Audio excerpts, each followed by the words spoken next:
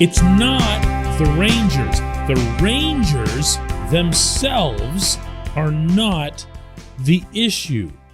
And they won't be the issue even if they do, in fact, end up being the first-round playoff matchup. Good morning to you. Good Wednesday morning. I'm Dejan Kovacevic of DK Pittsburgh Sports. This is Daily Shot of Penguins. It comes your way bright and early every weekday if you're into football and or baseball.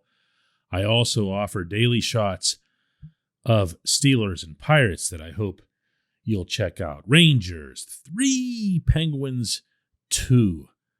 Another loss to New York. I know it feels like they've lost every game to New York. They haven't, of course. They won the first meeting with that 1-0 shutout, put forth a pretty similar type of effort in this game last night. Certainly a way better effort than what took place last Friday in Manhattan. But it still wasn't enough. Now, the Rangers did score their 3 goals 3 different ways. One was on a sustained forecheck, another was on a rush, and the third was on a power play. So there isn't some hard pattern in place as to how the Rangers have beaten the Penguins when it comes to the hard outcome of goal scoring. However, there is one commonality between that opponent and others that have given the Penguins fits all season long, even when the opponents are crappy. And that is that the Rangers have a strong transition game. Now, I'm going to rewind you to 5 years ago when Barry Trotz had allegedly unraveled the Mike Sullivan system. Do you remember that? We were all, oh, that's it. Trotz outcoached him. He did it. He figured out. He solved the defenseman pinching, and he solved everything that there is to solve about Sullivan's X's and O's. And of course, he had done no such thing. The Penguins just hadn't executed a sound system soundly. And it was exposed by way of Washington having a lot of guys who were really skilled on finishing off the rush. But you don't have rushes without a transition. Now I'll rewind you to something a lot more recent in franchise history, and that's this season when the Penguins have played the aforementioned crappy teams. And they've had trouble with some of them. You might not remember this one since they just put 11 goals past the Red Wings, but they did lose a game on home ice this year to Detroit. They lost a game very badly in Ottawa. They've had trouble with the Devils, the Panthers, and any team, really, that's been quick and aggressive on the rush, fed by a transition. The Rangers are one of those. Listen to Brian Boyle talking about how they function after the game last night. Well, they have a lot of speed. They've added some guys as well, so their lines can be dangerous. But they have a lot of speed. Their D want to move the puck up and jump up into play as well.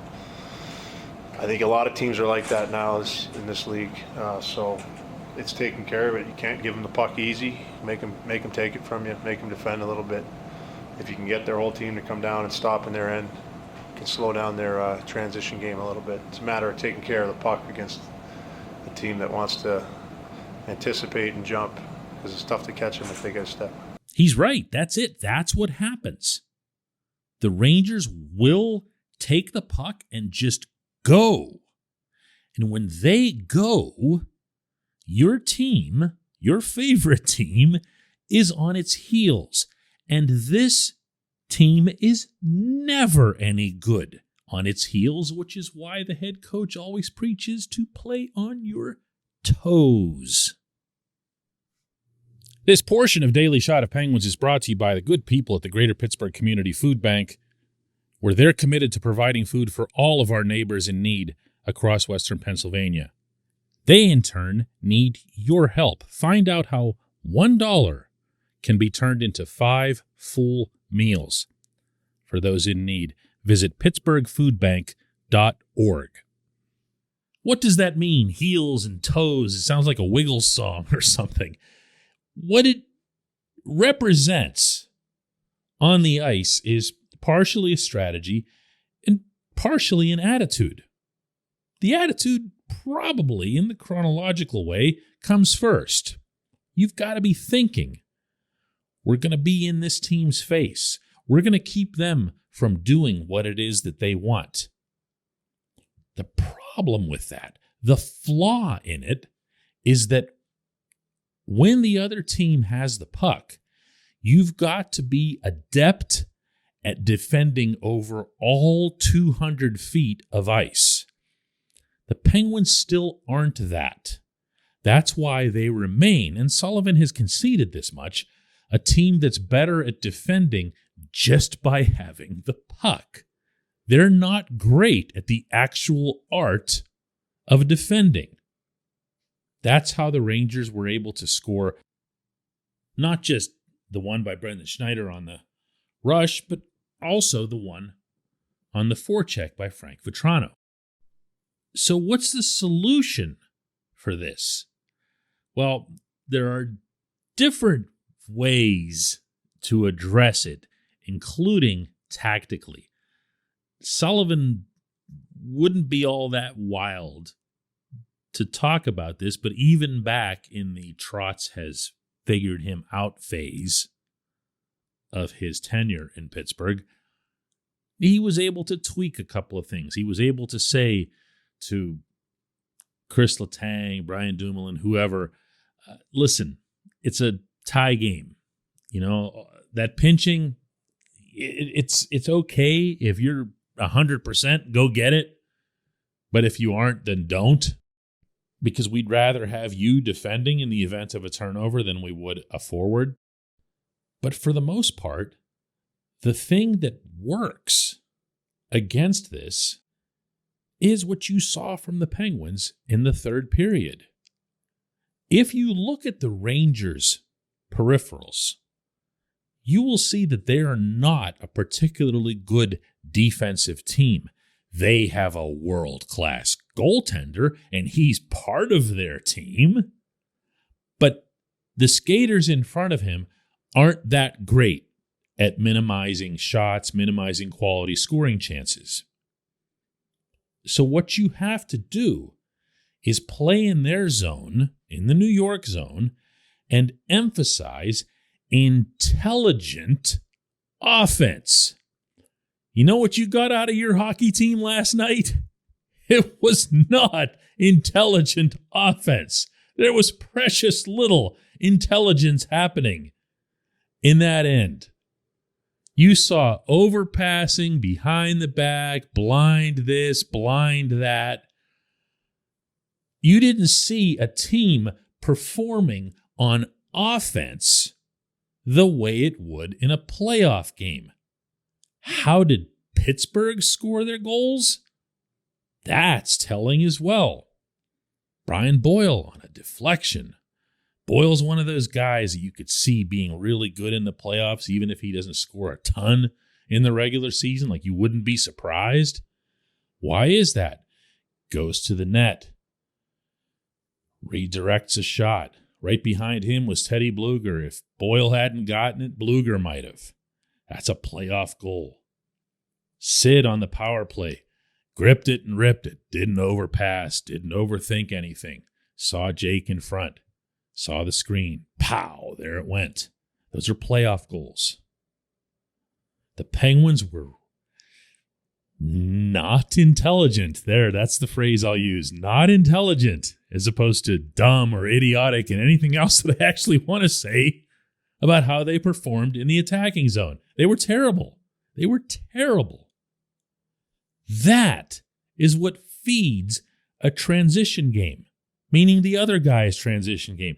That's the seed that gets planted. That's the turnover that starts the rush the other way when you do something dumb in the attacking zone. That's the way to beat New York. That's the way to beat transition teams. The Penguins got a lot of things right last night. They didn't get that right. When we come back, just one question.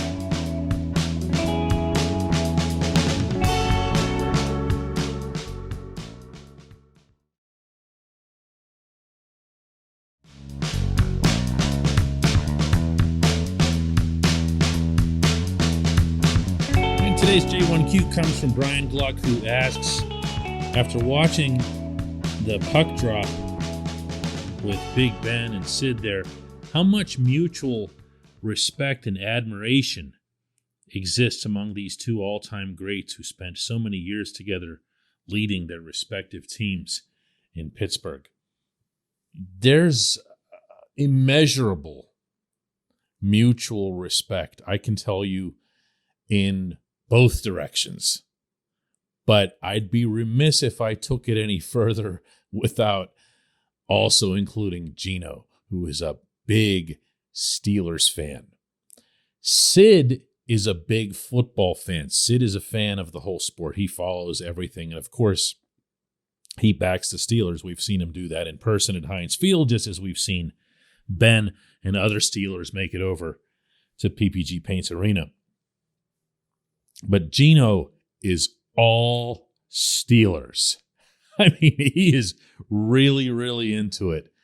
And I can promise you that of anyone who was moved by Ben showing up for this game last night, that 71 would have been atop the list. Now, to try to actually answer your question, there is an understanding among athletes for all three Pittsburgh teams that our city is a little bit different when it comes to this sort of thing. It's the only city, of course, anywhere where all of the teams have same first names, same set of colors, same everything.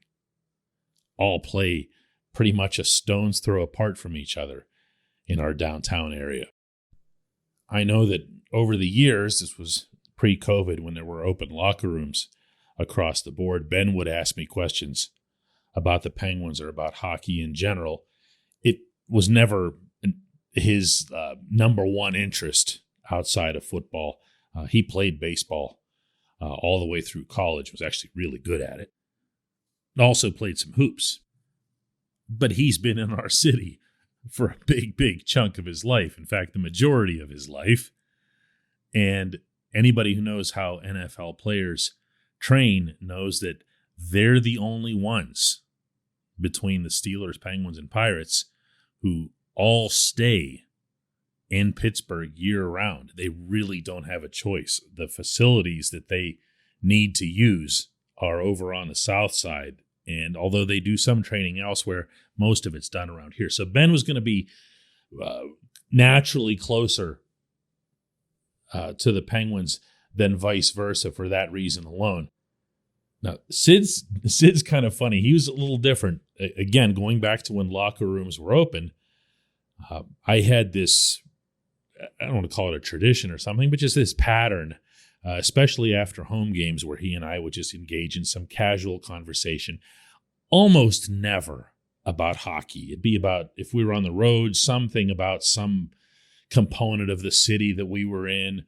And if it was at home, he would ask something about football, because he'd have a pretty good idea that earlier that same day I would have been over on the south side covering a Steelers practice. So yes, there is a legitimate mutual respect for their achievements, each one of those guys, but also got to throw in Gino. And by the way, what a nice scene.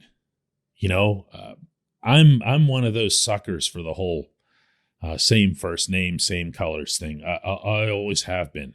I got to admit, when the Seattle Kraken unveiled their uniforms, and they had that unusual aquamarine blue or whatever it was, and I realized that they weren't going to have the same colors as the Seahawks and the Mariners. I was like, all right. I think it's a neat thing to have seen the way all three teams support each other. And yes, of course, that does include the Pirates too, because, it was only just a few years ago that they were in the playoffs 3 years in a row. I appreciate the question, Brian. I appreciate everyone listening to Daily Shot of Penguins. We will do another one tomorrow.